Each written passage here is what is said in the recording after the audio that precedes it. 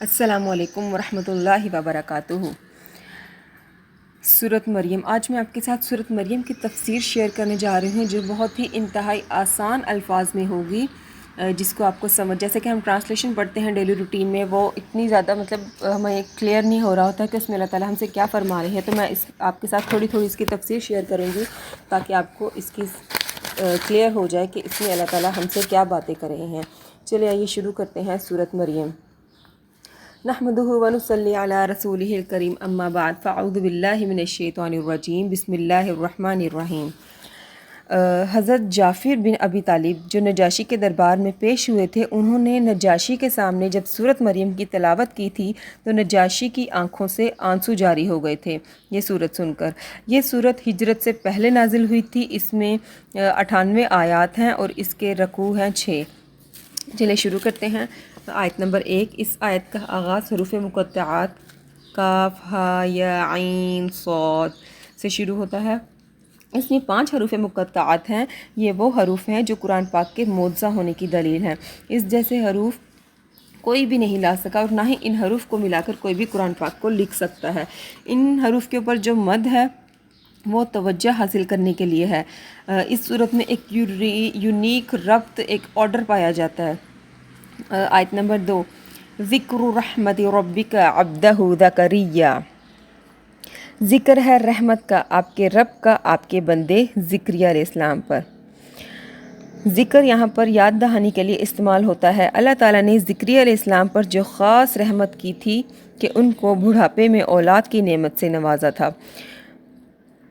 حضرت زکریا علیہ السلام بنی اسرائیل میں سے تھے۔ جب حضرت مریم علیہ السلام کو ان کی والدہ نے تعلیم حاصل کرنے کے لیے ہیکل میں چھوڑ دیا تھا تو ان کی کفالت کا ذمہ حضرت زکریا علیہ السلام پر ہی آیا تھا۔ پھر اس کے بعد ہے آیت نمبر 3۔ اذ نادى ربه نداء خفيا، جب اس نے پکارا اپنے رب کو پکارنا چھپی آواز میں۔ یعنی جب ہم کسی کو پکارتے ہیں تو ہم اونچی آواز میں پکارتے ہیں، لیکن ذکریہ اور دعا کی جاتی ہے اللہ تعالیٰ سے تو ہم اس کو نہایت ہی دھیمی آواز سے کرتے ہیں۔ تو زکریا علیہ السلام نے اپنی پوری توجہ، تڑپ اور عاجزی کے ساتھ اللہ تعالیٰ کے سامنے دعا کی، اور اس سے ہمیں بھی عمل کے لیے ملتی ہے پوائنٹ کہ ہمیں بھی اللہ تعالیٰ سے عاجزی کے ساتھ اور پوری توجہ کے ساتھ دعا مانگنی چاہیے۔ جب حضرت زکریا علیہ السلام حضرت مریم کے پاس جاتے تو ان کے پاس بہت سے صحیفے اور طرح طرح کے کھانے، اور جو کہ اس دنیا میں بھی موجود نہیں ہوتے تھے، وہ کھانے بھی ان کے پاس ہوتے تھے۔ ان سب نعمتوں کو دیکھ کر حضرت زکریا علیہ السلام نے پورے دل عاجزی کے ساتھ اللہ تعالیٰ سے یہاں پر کھڑے ہو کر نیک اولاد کی دعا کی تھی۔ کیا دعا کی تھی؟ قال رب انی وہن العظم منی واشتعل الرأس شیبا ولم اکن بدعائک ربی شقیا، کہا اے میرے رب، بے شک کمزور ہو گئی ہیں ہڈیاں میری اور بھڑک اٹھا سر بڑھاپے سے، اور نہیں ہوں میں پکارتا تجھے اے میرے رب کبھی نامراد ہو کر۔ یعنی بھڑک اٹھا سر، یعنی ان کی بال سفید ہو گئے ہیں، وہ بڑھاپے کے انتہائی درجے کو پہنچ چکے ہیں۔ اے میرے رب، میں تجھے پکار کر کبھی نامراد نہیں ہوا، یعنی آپ سے کبھی بھی نا امید نہیں ہوئے، ناخوش نہیں ہوئے، اپنی ساری سچویشن اللہ تعالیٰ کو بتا رہے ہیں۔ اور اس آیت کا دوسرا مطلب یہ ہے کہ آپ کے حکم پر وہ کبھی ناخوش نہیں ہوئے، یعنی آپ کے ہر حکم کو مانا ہے۔ حضرت زکریا علیہ السلام نے جب یہ دعا کی تھی تو ان کی عمر اس وقت 10 سال تھی جب انہوں نے یہ دعا کی تھی۔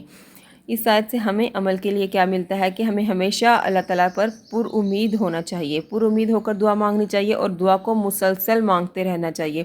جب ہم دعائیں اللہ تعالیٰ سے مانگتے رہتے ہیں، تسبیحات بیان کرتے رہتے ہیں، تو عرش پر ہماری آواز پہنچتی ہے اور ان کے لیے وہ فیملیئر ہو جاتی ہے۔ اور انسان کو دعا مانگنے کے لیے وسیلہ بھی اختیار کر سکتے ہیں، اور یہ وسیلہ ہم اپنی مرضی سے اختیار نہیں کر سکتے، بلکہ اس کے لیے اللہ تعالیٰ نے حدیث میں بتا دیا گیا ہے کہ آپ صلی اللہ علیہ وسلم نے ہمیں حدیث میں بتایا ہے کہ نمبر 1، اللہ تعالیٰ کے اسماء حسنہ کو ہم وسیلہ بنا سکتے ہیں، اپنے نیک اعمال کو، اور کسی زندہ انسان کو کہہ کر ہم دعا منگوا سکتے ہیں۔ اس کے علاوہ ہم کسی بھی چیز کو دعا کے لیے وسیلہ نہیں بنا سکتے۔ پھر اس کے بعد ہے آیت نمبر 5۔ وَإِنِّي خِفْتُ الْمَوَالِيَ مِنْ وَرَائِي كَانَتِ امْرَأَتِي عَاقِرًا فَهَبْ لِي مِنْ لَدُنْكَ وَلِيًّا۔ آگے مزید اللہ تعالیٰ سے وہ اپنا حال بیان کر رہے ہیں کہ بے شک میں ڈرتا ہوں وارثوں سے پیچھے اپنے، یعنی میرے بعد میری قوم کی رہنمائی کون کرے گا، کیونکہ صرف اولاد ہی ہماری وارث نہیں ہوتی بلکہ ہمارے دور کے رشتہ دار بھی وارث بنتے ہیں۔ تو بنی اسرائیل کی قوم میں سے تھے، تو بنی اسرائیل آپ کے وارث تھے، اور بیوی میری بانجھ ہے، یعنی وہ اولاد پیدا کرنے سے قاصر ہے، یعنی وہ بوڑھی ہو چکی ہے، لیکن پہلے تو اولاد پیدا کر سکتی تھی، اب بڑھاپے کی وجہ سے اولاد پیدا نہیں کر سکتی، تو دے میرے لیے ایک مددگار وارث۔ اللہ تعالیٰ ہمیں اس واقعے سے بتا رہے ہیں کہ دعا کیسے مانگنی چاہیے۔ دعا کرنا بھی ایک عبادت کا حصہ ہوتی ہے۔ ہم اللہ تعالیٰ سے دعا مانگتے ہیں کہ وہ ہمارے لیے بڑھاپے کا سہارا بنے گی، لیکن زکریا علیہ السلام کا ظرف دیکھے کہ وہ اپنے دین کو آگے بڑھانے کے لیے اللہ تعالیٰ سے دعا مانگ رہے ہیں۔ پھر اس کے بعد ہے آیت نمبر 6، یرثنی ویرث من آل یعقوب واجعلہ رب رضیا، جو وارث ہو میرا اور آل یعقوب کا بھی، یعنی آل یعقوب میں ایک کے بعد ایک نبی آ رہے تھے۔ انبیاء علیہ السلام کی جو وراثت ہوتی ہے وہ علم ہوتی ہے، دین ہوتی ہے، یعنی اولاد کے ساتھ ساتھ اس کے لیے علم اور نبوت کی بھی دعا مانگ رہے تھے کہ اے رب، اے میرے رب، اسے بنا دے اپنے لیے پسندیدہ، یعنی جس سے تو راضی ہو جائے، اور وہ بھی اللہ تعالیٰ کے ہر فیصلے سے راضی ہو۔ ہمیں بھی اپنے بچوں کے اندر دین کی محبت ڈالنی چاہیے اور ان کے لیے دین کی دعا کرنی چاہیے۔ اس کے بعد ہے آیت نمبر 7، یا زکریا انا نبشرک بغلام اسمہ یحییٰ لم نجعل لہ من قبل سمیا،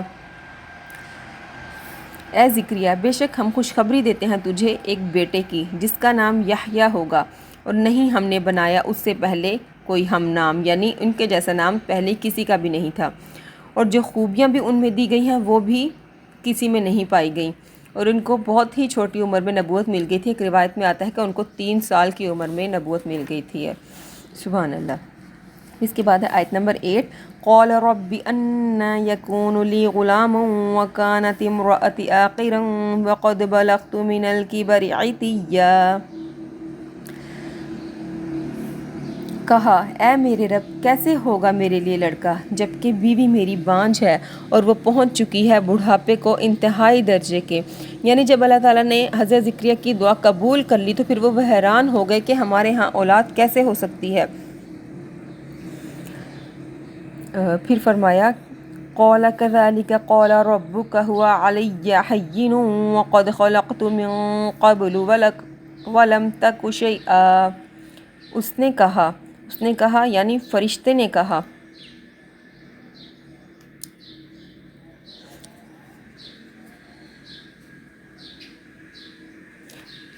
اسی طرح ہوگا جیسے اللہ تعالیٰ کے سارے احکام پورے ہوتے ہیں، یعنی اللہ تعالیٰ کے لیے کوئی بھی کام مشکل نہیں ہے۔ تحقیق جیسے اللہ تعالیٰ نے ہمیں پہلے پیدا کیا جب ہم کچھ بھی نہیں تھے، ہمارا کوئی وجود بھی نہیں تھا اس دنیا میں، اور پھر اسی طرح اللہ تعالیٰ اب بھی اس اولاد کو پیدا کرے گا۔ پھر ہے آیت نمبر 10،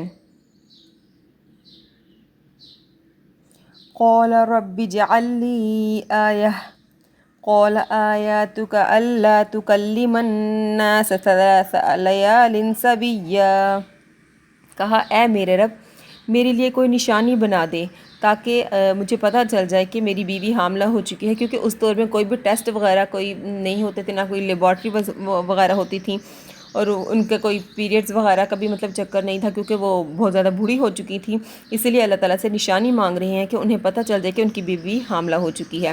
تو اللہ تعالیٰ نے انہیں نشانی بتائی کہ تم 3 راتیں تک اللہ تعالیٰ سے 3 راتیں کسی بھی شخص سے کلام نہیں کر سکو گے تندرستی کے باوجود بھی، مطلب کہ وہ پہلے تو بول سکتے تھے لیکن نشانی کے طور پہ اللہ تعالیٰ نے ان کے وہ 3 دن تک نہیں بول سکیں گے۔ اچھا، اس میں اپنی کریکشن کرتی چلوں کہ جو میں نے حضرت زکریا علیہ السلام کی عمر بتائی ہے وہ 110 سال ہے، وہ ریکارڈنگ ایشو کی وجہ سے 10 سال سنائی دے رہی ہے۔ یہ تھی پہلی 10 آیات کی تفسیر۔ امید ہے کہ آپ کو سمجھ آ گئی ہوگی۔ نیکسٹ ویڈیو کے لیے انتظار کیجیے گا۔ اور میری ویڈیو کو زیادہ سے زیادہ شیئر کیجیے گا تاکہ لوگ اس سے فائدہ اٹھا سکیں، اور میرے چینل کو سبسکرائب کیجیے گا۔ اللہ حافظ۔